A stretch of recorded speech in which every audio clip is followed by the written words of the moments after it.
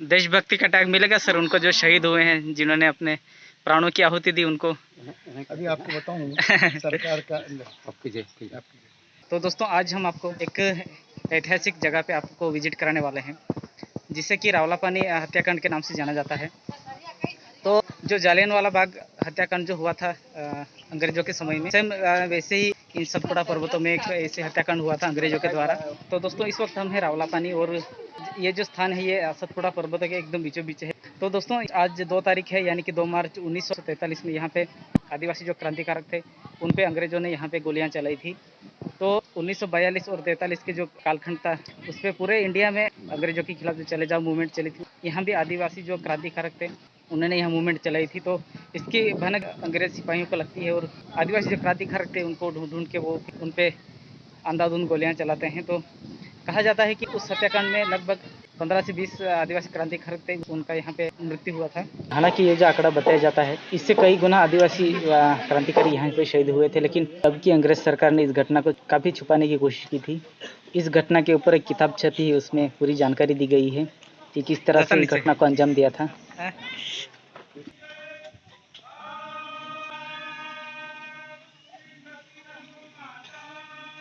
हमारे शहीद आदिवासी क्रांतिकारक थे, उनको नमन करने के लिए जो आदिवासी लोग आए हैं को अभी यहाँ पे प्रसाद बांटा जा रहा है, प्रसाद बट रहा है, यहाँ पे देख सकते हो।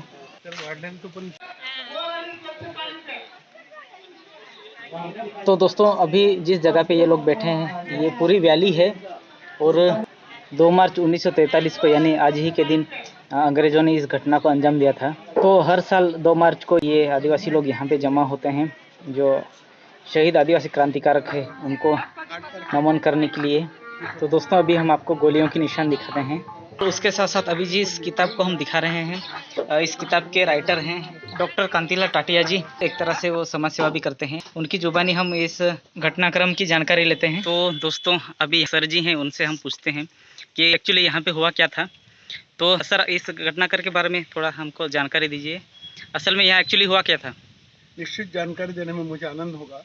मैं डॉक्टर कांतिलाल टाटिया शारदा में रहता हूँ, और ये जो इतिहास है इस जगह का, यह इतिहास मानो आदिवासी के बलिदान का इतिहास था, और इसके लिए इतिहास के पन्नों पर इसे जगह नहीं मिली।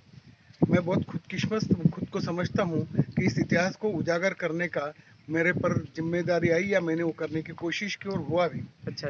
एक्चुअली ये जो घटना है, ये जो आपको दिख रहा है, ये जो खून है, ये जो निशानी है, अच्छा। ये निशानी ही इस इतिहास की हमको साक्ष्य देने वाली है। जब मैं पहली बार आया देखा, मैं सोचा कि ये उस वक्त का गोलीबार है, गोली की निशानी आज भी पत्थर में है, तो निश्चित ही बहुत बड़ा इतिहास होगा। और जब ढूंढने निकला, आपको बताऊं, ये जो इतिहास इसका 2 मार्च 1943 को यहाँ पर बहुत बड़ा ब्रिटिशों ने गोलाबारी की थी। उसके पहले यहाँ इस तहसील में आप समाज की स्थापना आप श्री गुलाम भगवान ने की थी, गुलाम महाराज ने की थी। वो एक आदिवासी संत थे। अच्छा, जहाँ वो फोटो लगा है। हाँ, नहीं, मोरवड़ को, अच्छा। मोरवड़ रंजनपुर को आप श्री गुलाम महाराज ने जन्म लिया।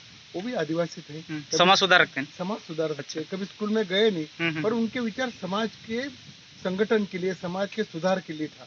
उन्होंने देखा कि मेरे समाज को अच्छी कोई मतलब ट्रीटमेंट नहीं मिल रही है, कोई नज़दीक उनको आने नहीं देता, मेरा समाज बिखरा हुआ है, नशा में बिल्कुल चूर है, और परिवार बिल्कुल भंग हो गया है। तो अगर इसका कुछ मसला निकालना होगा, तो मुझे ऐसा लगता है कि समाज को पहले व्यसन मुक्त करना होगा, और इसलिए महाराज ने व्यसन मुक्ति का अभियान चलाया।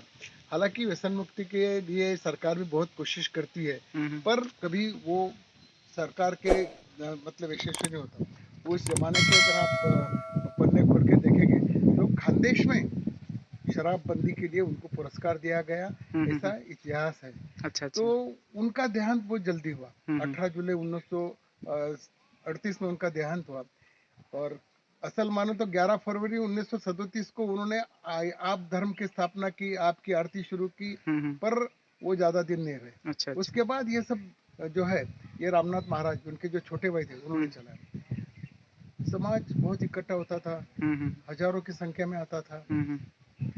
किताबों में ऐसा नमूद है कि एक एक आरती में, श्रावण सोमवार की जो आरती होती थी सोमवार की, 1.5-2 लाख लोग आते थे।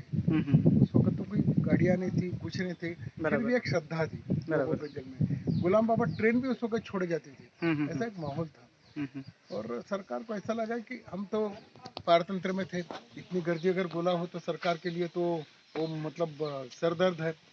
और कांग्रेस उस वक्त उन्होंने क्या किया कि ये जब इकट्ठा होते थे सब आरती को, तो वो सभासद बनाने की कोशिश करते थे। अच्छा अच्छा। तो उनका विरोध आरती वालों ने किया, बोले भाई यहाँ कोई पार्टी बेटे नहीं है, यहाँ सिर्फ हम श्रद्धा के लिए आते हैं। बराबर। इसके लिए कांग्रेस भी खिलाफ चले गई। बराबर। सरकार ने बोला कि ये जो है ट्रस्ट तुम डीड करो, रजिस्टर करो। उन्होंने कहा कि हम यहाँ कुछ लेते नहीं देते नहीं, तो काहे के लिए ट्रस्ट हम ये बराबर करेंगे? बराबर। इसके लिए सरकार का भी गुस्सा, गर्दी होती है, इसके लिए सरकार का भी गुस्सा। इनके वजह से सब दारू के गुत्ते थे, वो सब गुत्ते बंद हो गए। इसके लिए दारू वालों का भी अपने पर रोष। इनके वजह से हर सोमवार को आरती होती थी, तो सोमवार को सभी अपने आदिवासी भाई नहा धो के बिल्कुल आरती के लिए आते थे। और जो जमींदार थे जिनके यहाँ हमारा आदिवासी काम करता था, उनके भी पेट में दर्द होने लग गया, ये आदिवासी सुधर जाएगा तो कैसा होगा, ऐसा उनको भी लगता था। और फिर ये सब, अगर ये मूवमेंट है, इस मूवमेंट को अगर ब्रेक लगाना है तो सबने मिलके एक किया कि आपसी तोड़ो और फोड़ो नीति का अवलंबन किया।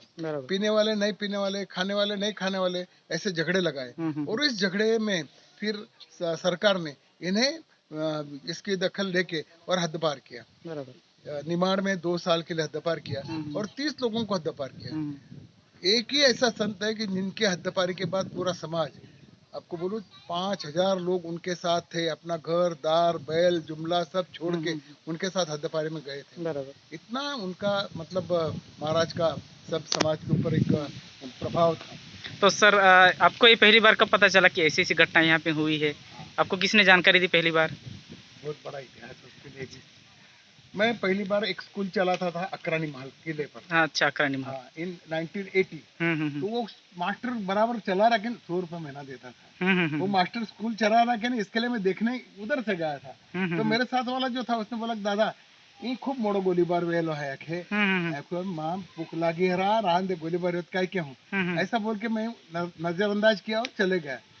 फिर दूसरा मौका मुझे आया 80 के बाद 2012 में।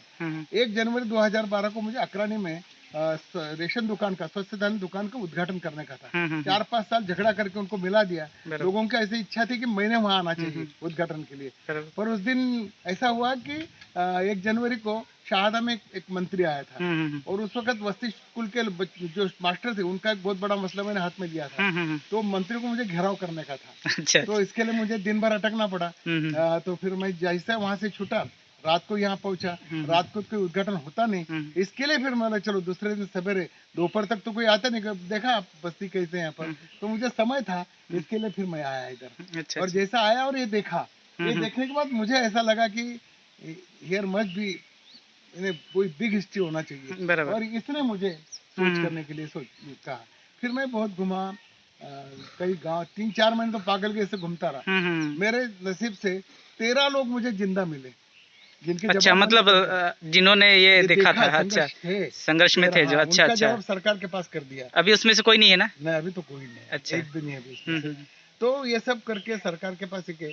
फिर मैंने बम्बई से अर्कड में गुलाम महाराज फाइल करके मुझे मिली, उसमें पूरा लिखा हुआ है। अच्छा। हाँ, अभी भी है? हाँ है, रिकॉर्ड में है अभी भी? मैंने अच्छा। मेरे किताब में पूरा लिखा है। अच्छा, अच्छा। उस वक्त का जो बिल अप्लीमेंट ऑफिसर था, उस वक्त का धांडे नाम का पीआई था, उस वक्त का बड़गुजर नाम का तहसीलदार था, उस वक्त का चौधरी नाम का एसडीएम था। अच्छा, उनके सबके जवाब। अच्छा। इस आपने जो उन्होंने सरकार जो बुक पब्लिश की उसमें सब है? सब है। अच्छा, वो सब मैंने पब्लिक किया हूँ।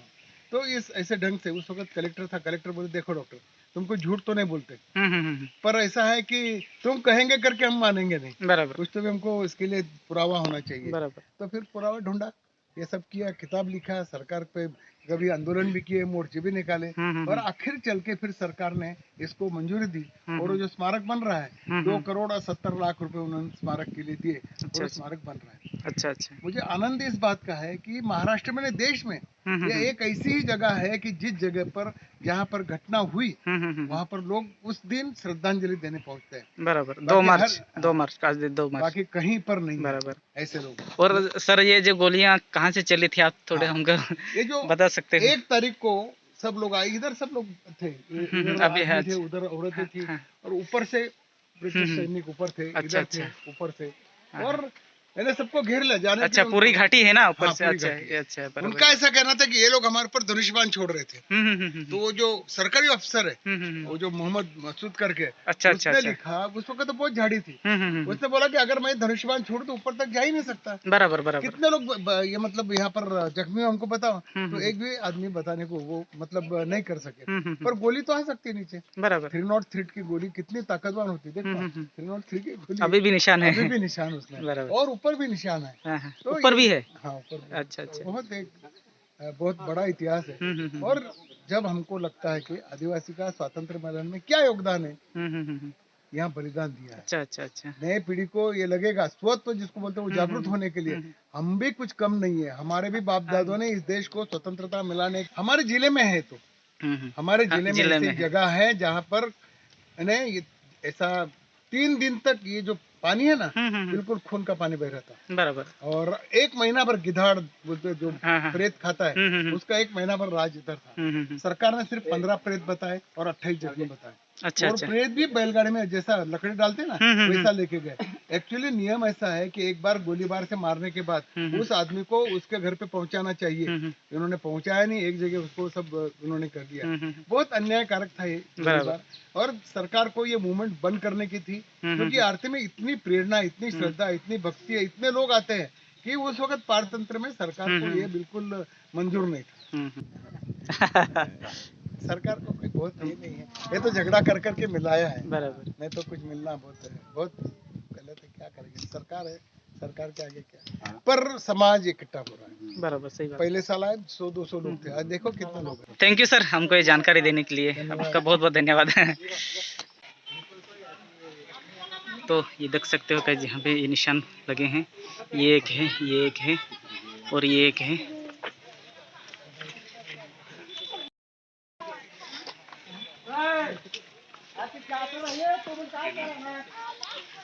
तो दोस्तों यहाँ की जो ऊपर से पहाड़ी है ना, तो अंग्रेज सिपाही थे, वहाँ से गोलियां चला रहे थे दोनों साइड से।